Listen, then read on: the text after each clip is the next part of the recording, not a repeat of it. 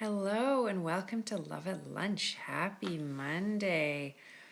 Oh, beloveds, if you have been feeling like every day is Groundhog Day, we call that languishing. And languishing is not fun.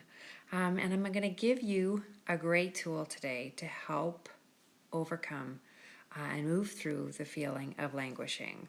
Super steeped in science, and you're going to know all the things that are important to know about languishing. So, languishing is the feeling we get from long term vulnerability. So, vulnerability, anything where there's uncertainty, risk, emotional exposure. We have been stuck in chronic uncertainty for a very long time as a result of COVID, not to mention that regular life just continues to happen at the same time. And that continual uncertainty really takes a toll on our brain. Our brain likes simple things. Are we safe? Are we in danger? And I would say that we've chronically been experiencing a sense of gloom and doom and unsafety. So that takes a toll on our brain.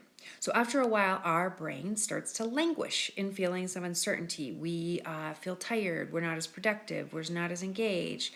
We're not setting goals or keeping goals, accomplishing what normally makes us feel good. And so we languish.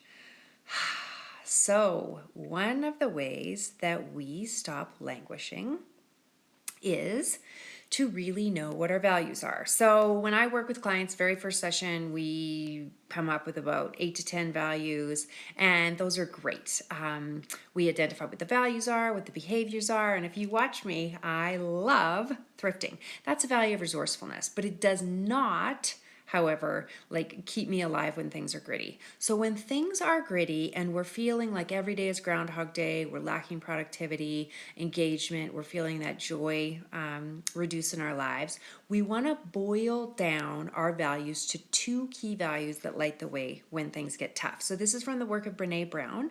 And so I want you to think, what are two values maybe in the past that have really helped you stay grounded when you needed resilience? And so think back and think, what were those characteristics that really, really helped you stay on track and to act and live with integrity? When we live within our values, what happens is when we don't know what our values are stored in the lizard or the reactive part of the brain. We actually again reinforce that feeling of languishing because we are not have that feeling of safety and certainty.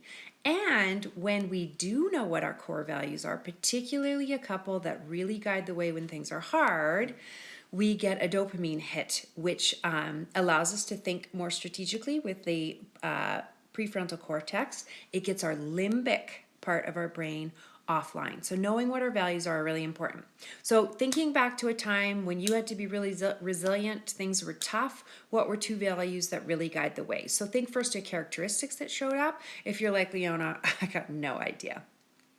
Think of maybe somebody that you really admire, and what are those characteristics when they've been in tough spots that really guides the way for them. So I have always been obsessed with resilience. Since I was little, I was fascinated with people who would do really, really hard things, even when things were tough. I'm a Dutch kid. My parents and my grandparents were very involved in the underground during the war, and they hid Jewish people. They did all kinds of things that were very dangerous. And I always wondered, like, why would you do that? What I realize is my two top values are love and courage.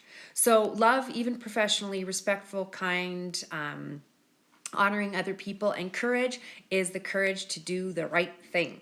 And so I realized when I look back at that and I was like, yeah, those two values are love and courage. Those are what I admire from that circumstance. You might admire something else. It might be honor and something else. That's great. You pick you. What you want to do then is when you think of what your two values are, or think of when you handle something really tough and you maybe don't get excited, but you're grateful that you handled it well. What were the characteristics or the values that you tapped into? So give yourself permission to go with a couple that pop into your head. And then think about how you would define those values. So love to, for me, right, I said was kindness, respect, those kinds of things. And the courage is the courage to do the right thing.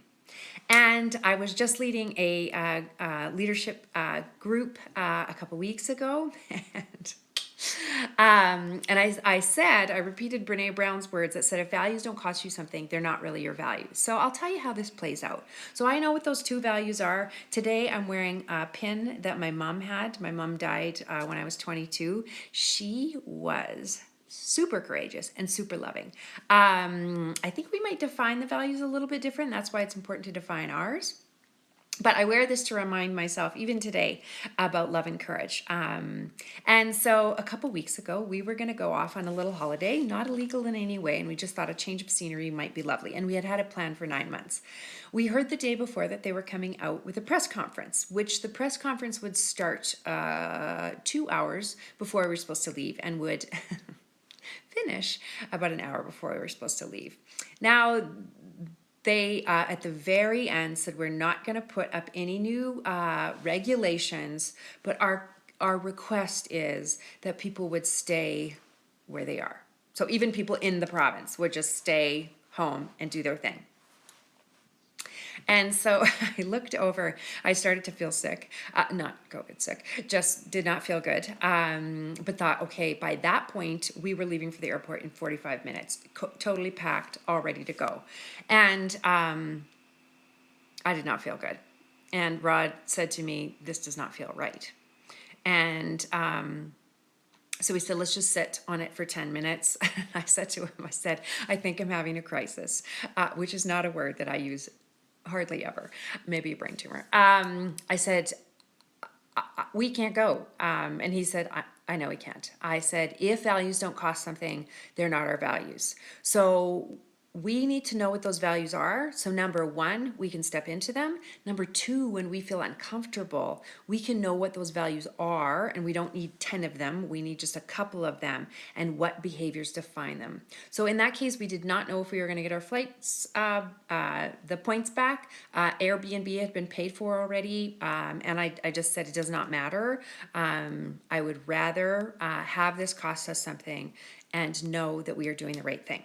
So knowing what your values are helps us to decide how we want to act every day. Even if you're feeling down and out, things are hard, thinking, okay, how can I put those two values into action? Values are first reflected to us, and then they're reflected to others. So if I think, okay, if love and courage are my two top values, then how can I love myself today? And what can I do that might be a courageous act to do that?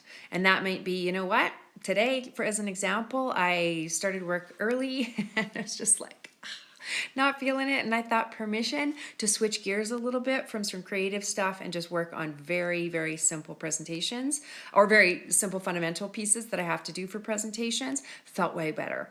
So in that case where we chose not to go on holidays with 45 minutes notice, I just thought, how loving is it for the people in the province that were like, hey, we're flying in no matter what because we need a change of scenery, and the courage to do the right thing. So if you love those values of love and courage, you can have them. But do think, okay, when the chips are down, what's really important to me? What are those characteristics or those values? How do you define them? What behaviors reinforce them? And what behaviors actually help you erode the chances of you living into those? Here is the real deal. You know that I'm all a joy girl.